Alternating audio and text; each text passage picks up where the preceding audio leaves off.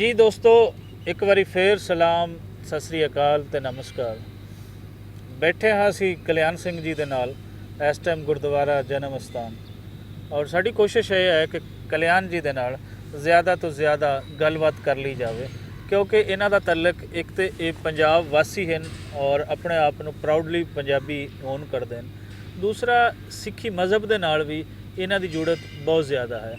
तुसीं इवें कह लो कि जिहड़ा सिੱਖੀ मज़हब की असल रूह है वो है ही पंजाब के कल्चर के विच उठती है। सो ये खुशकिस्मत शख्स हैं कि इन्हां दी जुड़त वो नवेकले किस्म की निकलती है, जिहड़ी बाबा जी गुरु नानक सरकार जी दे इत्थे कलाम या उन्हां दा फलसफा जिहड़ा है वो जुड़त इत्थों निकलती है। सो कल्याण जी, मैं ये तुहाडे तो पुछांगा कि करतारपुर कोरीडोर इस टाइम दुनिया भर दे विच बड़ा अहम टॉपिक एक बन चुका है, और तुसी अगर कहो कि उहदा एक पूरी दुनिया दे विच जितने मेन चैनल्स हैं उहदा मौजू यही है, करतारपुर है, इसनूं खास जगह दी जा रही है। उसकी वजह यह है कि पाकिस्तान और इंडिया ने कभी ये सोच भी नहीं सकते सी कि इस तरीके नाल इत्थों एक लांघा खुलेगा, और साढ़े जिहड़े सिख भैणां भरा वो आके बाबा जी दे गुरुद्वारा दरबार साहिब आके वो अपनी ज़ियारत करके तो फिर वापस अपने ही घर चला जाया करेंगे। की कहते हो इस बारे, करतारपुर बारे? और फिर इस तो बाद मैं अगले सवाल ते आना है करतारपुर के इतिहास ते। जी बिल्कुल, करतारपुर का इतिहास जिहड़ा है वो जुड़िया है पंजाब नाल, पंजाबी ज़ुबानों अदब नाल। गुरु साहब ने अपनी हयाती विच ही जिहड़ा 10वीं सदी तो लैके और 14वीं 15वीं सदी तक पंजाबी ज़ुबानों अदब की क्लासिकल शायरी और जिहड़ा है नसर या कुछ होर भी लिखिया गया है, गुरु साहब ने उसनूं करतारपुर दे विच इकट्ठा कीता ते अपनी बाणी भी जिहड़ी सर्वउच्चतम वालों बख्शी गई सी वो भी शामिल करके एक छोटा जिहा ग्रंथ बना दिता है। लेकिन ग्रंथ की शक्ल जिहड़ी है, आदि ग्रंथ की शक्ल जिहड़ी है वो साडे पंजवें गुरु ने ही दिती है। लेकिन ये सारा कलाम जिहड़ा है बाबे नानक ने करतारपुर च इकट्ठा करके और उसकी चोण की है।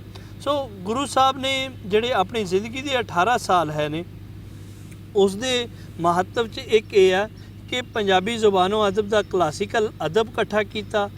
नंबर तो उन्होंने अपनी जिंदगी विच ही आप कमा के ते एक पैगाम दिता है कि जिहड़ा है अपने हत्थी काम करन, अपने हत्थी मेहनत करन दा जिहड़ा पैगाम है वो पंजाबियां दे विच दिता होया। और तीसरा पैगाम जिहड़ा उन्हां दा बहुत अहम है वो सी किरत कमाई दा, हलाल रोज़ी रोटी कमाण दा जिहड़ा पैगाम सी वो तुहानूं हुण थां थां नज़र आएगा। उन्हां दा हुक्म है कि किरत करो, वंड छको, नाम जपो, कि पहले हलाल रोज़ी रोटी कमाओ, उस तो बाद जिहड़ा है उन्होंने वंड के छको, तो फिर अगर तुहाडे कोल टाइम बचदा है तो फिर नाम भी जपो, रब दा नाम भी लो। सो सारियां तो इंपॉर्टेंट जिहड़ी है वो है हलाल रोज़ी रोटी कमाना, एक तसवर दिता है। और पंजाबी अज भी अगर तुसी वेख लो पंजाब तो पंजाबियां वासी जिहड़े ने वो ज़्यादा जोर जिहड़ा है हलाल रोज़ी रोटी के उत्ते ही दिंदे हन। सो वो कंसैप्ट जिहड़ा हलाल रोज़ी रोटी का है बाबे नानक ने सारे पंजाबियां नूं वाज़े तौर पर दस दिता है। सो ਇਹਦੇ ਵਿੱਚ ਇਹ ਆ कि बाबा फरीद जी का कलाम भी उन्होंने इकट्ठा किया, फरीद सानी तो भगत रविदास जी, भगत कबीर जी, इन्हां सारियां दा कलाम जिहड़ा है, भगत पीपा जी, पीर भीखण शाह, सो इन्हां सारियां दा कलाम इकट्ठा करके गुरु साहब ने करतारपुर दे विच एक बहुत वड्डा इतिहास रचिया। अच्छा, ਇਹਦੇ ਵਿੱਚ ਕਰਤਾਰਪੁਰ ਦੀ जिस तरह तुसी एक हिस्टरी दसी, इतिहास दसी, बिल्कुल उसकी अहमियत दुनिया भर दे विच है और रहेगी, रहंदी दुनिया तक रहेगी। करतारपुर कोरीडोर का खुलना, इंडिया और पाकिस्तानी सरकारों का खोलना, इसनूं किस नज़र नाल देखते हो कि कितना वड्डा काम है? देखो, 72 सालां दी दुश्मनी दे विच असी सिर्फ एक दूए दे नाल दुश्मनी विच ये सिੱਖਿਆ है कि हमेशा नुकसान जिहड़ा है दोवां पासे वो पंजाब ते पंजाबीयत दा हुंदा है। बिल्कुल सही, ठीक है, इस गल दे विच कोई शक नहीं। हुण एक मौका मिलिया सी कि चीफ ऑफ आर्मी स्टाफ भी पंजाबी सन और गोत दे जट सन, तो उन्होंने पता सी, उन्होंने समझ है सी कि हमेशा नुकसान पंजाब पंजाबीयत ते पंजाबी ज़बानों अदब का पिछले 72 सालों हो रहा है। सो उसनूं मेरा ख्याल है पंजाबियां ने एक कोरीडोर खोलना ਪੰਜਾਬੀਆਂ ਦਾ ਆਪਸ ਦੇ ਵਿੱਚ ਮਿਲ ਬੈਠਣਾ, ਇਹ ਮੇਰਾ ਖਿਆਲ ਹੈ ਹਿੰਦੁਸਤਾਨ ਔਰ ਪਾਕਿਸਤਾਨ ਦੇ ਵਿੱਚ ਪੀਸ ਪ੍ਰੋਸੀਜਰ ਦਾ ਇੱਕ ਬਹੁਤ ਲੰਮਾ ਕੰਮ ਹੈ ਔਰ ਇਹ ਕੋਰੀਡੋਰ ਉਹਦੀ ਸੰਗੀ ਮੀਲ ਹੋਏਗਾ ਔਰ ਆਉਣ ਵਾਲੇ ਵੇਲੇ ਦੇ ਵਿੱਚ ਕਈ ਕੋਰੀਡੋਰ ਖੋਲ੍ਹਣਗੇ, ਜਿਵੇਂ ਹਜ਼ਰਤ ਮਜਦੁਲ ਅਲਫਸਾਨੀ ਦਾ ਕੋਰੀਡੋਰ ਜਿਹੜਾ ਹੈ ਆਉਣ ਵਾਲੇ 1 ਸਾਲ ਦੇ ਵਿੱਚ ਅਸੀਂ ਉਹਨੂੰ ਵੇਖ ਰਹੇ ਹਾਂ। ਫਿਰ ख्वाजा मोइनुद्दीन चिश्ती ਦਾ ਕੋਰੀਡੋਰ ਦਾ ਜਿਹੜਾ ਹੈ ਉਹ ਵੀ ਅਸੀਂ ਵੇਖ ਰਹੇ ਹਾਂ। ਫਿਰ ਨਨਕਾਣਾ ਸਾਹਿਬ ਵਾਸਤੇ ਵੀ ਜਿਹੜਾ ਹੈ ਕੋਰੀਡੋਰ ਖੋਲ੍ਹਣ ਦੀ ਉਮੀਦ ਜਿਹੜੀ ਹੈ ਉਹ ਜਾਗ ਪਈ ਹੈ ਕਿ ਪਾਕਿਸਤਾਨ ਇਸ ਤੋਂ ਅੱਗੇ ਵਧਣਾ ਚਾਹ ਰਿਹਾ ਹੈ ਔਰ ਹਿੰਦੁਸਤਾਨ ਵੀ ਅੱਗੇ ਵਧਣਾ ਚਾਹ ਰਿਹਾ। ਸੋ ਬਹੁਤ ਹੋ ਗਈ ਸਾਡੀ ਦੁਸ਼ਮਣੀ, ਆਓ ਹੁਣ ਰਲ ਕੇ ਬਹਿਣਾ ਹੈ ਔਰ ਅਮਨ ਨਾਲ ਬਹਿਣਾ ਹੈ, ਪਿਆਰ ਨਾਲ ਬਹਿਣਾ ਹੈ। ਇੱਕ ਦੂਸਰੇ ਦੇ ਨਾਲ ਦੁਸ਼ਮਣੀ ਕਰਕੇ ਅਸੀਂ ਬਹੁਤ ਚਿਰ ਵੇਖ ਲਿਆ ਹੈ।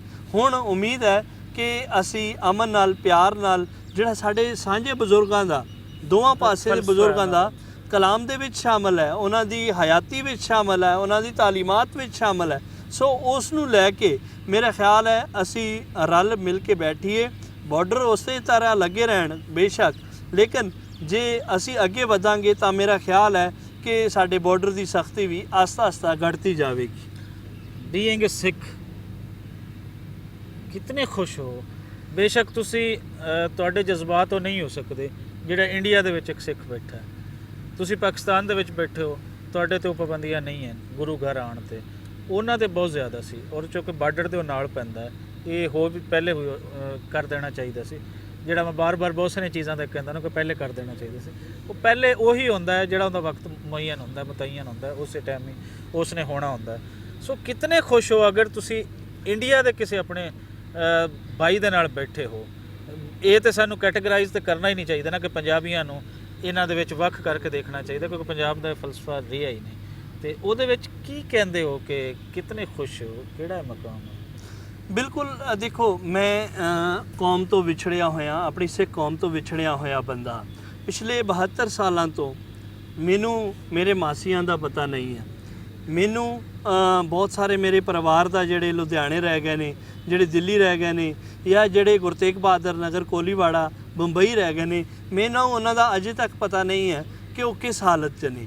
ਹੋ ਸਕਦਾ ਹੈ ਕਿ ਇਹ ਕੋਰੀਡੋਰ ਆਪਸ ਦੇ ਵਿੱਚ, ਜਿਨ੍ਹਾਂ ਕਿਸੇ ਦੀ ਭੈਣ ਗੁਆਚੀ ਹੋਵੇ, ਕਿਸੇ ਦੀ ਮਾਂ ਗੁਆਚੀ ਹੋਵੇ, ਕਿਸੇ ਦਾ ਭਰਾ ਗੁਆਚਿਆ ਹੋਇਆ, ਇਹ ਕੋਰੀਡੋਰ ਉਹਨੂੰ ਲੱਭ ਕੇ ਦੇ ਦੇਵੇ। ਇਸ ਤੋਂ ਵੱਡੀ ਖੁਸ਼ਕਿਸਮਤੀ ਕੀ ਹੋ ਸਕਦੀ ਹੈ ਕਿ ਪੰਜਾਬੀਆਂ ਦਾ ਮਿਲਾਪ ਹੋ ਰਿਹਾ। ਮੇਰੇ ਮਨ ਦੇ ਵਿੱਚ ਦੇਖੋ, ਅਸੀਂ ਪਹਿਲੇ ਜੰਗਾਂ ਕਰਕੇ ਵੇਖ ਚੁੱਕੇ ਹਾਂ ਦੋਵੇਂ ਮੁਲਕ ਜਿਹੜੇ ਆ। ਹੁਣ ਕੋਰੀਡੋਰ ਦਾ ਜਿਹੜਾ ਰਸਤਾ ਹੈ, ਪਿਆਰ ਦਾ ਰਸਤਾ ਹੈ, ਅਮਨ ਦਾ ਰਸਤਾ ਹੈ। ਮੇਰਾ ਖਿਆਲ ਹੈ ਕਿ ਮੈਂ ਬਹੁਤ ਜ਼ਿਆਦਾ ਖੁਸ਼ ਹਾਂ ਇਸ ਗੱਲ ਦੇ ਉੱਤੇ ਕਿ ਕੋਰੀਡੋਰ ਜਿਹੜਾ ਹੈ ਉਹ ਅੱਜ ਤੋਂ 70 ਵਾਰੇ ਪਹਿਲਾਂ ਖੋਲ੍ਹ ਦੇਣਾ ਚਾਹੀਦਾ ਹੈ ਸੀ, ਤਾਂ ਕਿ ਆਉਣ ਜਾਣ ਦੇ ਵਿੱਚ ਕੋਈ ਮਸਲਾ ਨਾ ਰਹੇ।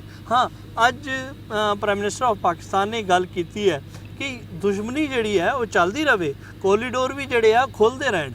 ਉਹਨਾਂ ਨੇ ਇਹ ਗੱਲ ਇਸ ਲਫ਼ਜ਼ਾਂ 'ਚ ਕੀਤੀ ਹੈ। ਉਹਨੇ ਕਿਹਾ ਸੀ ਕਿ ਜਦੋਂ ਕੋਰੀਡੋਰ ਖੋਲ੍ਹਦੇ ਰਹਿਣਗੇ ਤਾਂ ਆਸਤਾ ਪਿਆਰ ਵੱਧਦਾ ਜਾਏਗਾ, ਹਾਂ, ਨਫ਼ਰਤ ਘਟਦੀ ਜਾਏਗੀ।